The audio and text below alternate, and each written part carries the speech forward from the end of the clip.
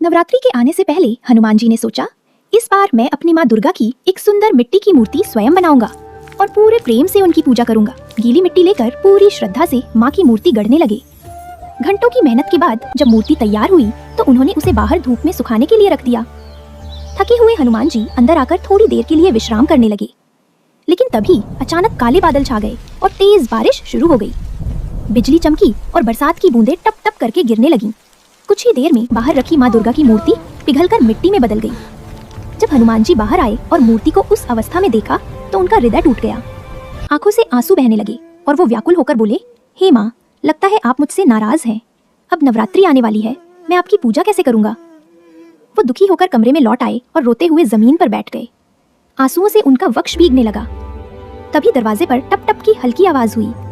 हनुमान जी ने सिर उठाकर देखा, एक नन्ही सी 2 वर्ष की बच्ची दरवाजे पर खड़ी थी। उसकी आंखों में मासूम चमक थी और चेहरा दिव्य तेज से दमक रहा था। वो बच्ची मुस्कुराकर बोली, बाबा, आप क्यों रो रहे हो?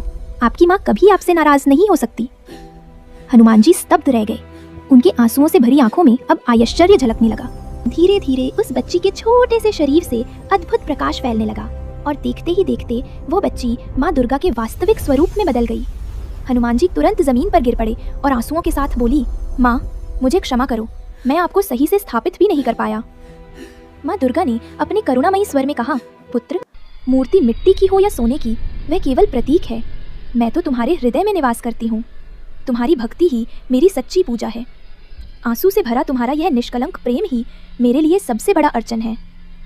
हनुमान जी की आंखों से आंसू थम गए। उनके हृदय में नया विश्वास और आनंद भर गया। उन्होंने माँ दुर्गा के चरणों में शीश झुकाया और संकल्प लिया कि अब से मैं हर नवरात्रि माँ की पूजा केवल अपने हृदय की सच्ची भक्ति से करूंगा। माँ दुर्गा ने आशीर्वाद दिया और आकाश में विलीन हो गईं। हनुमान जी के चेहरे पर फिर से मुस्कान लौट आई और उन्होंने कहा, मेरी माँ कभी मुझसे दूर नहीं जाती, वो तो मेरे मन में ही बसी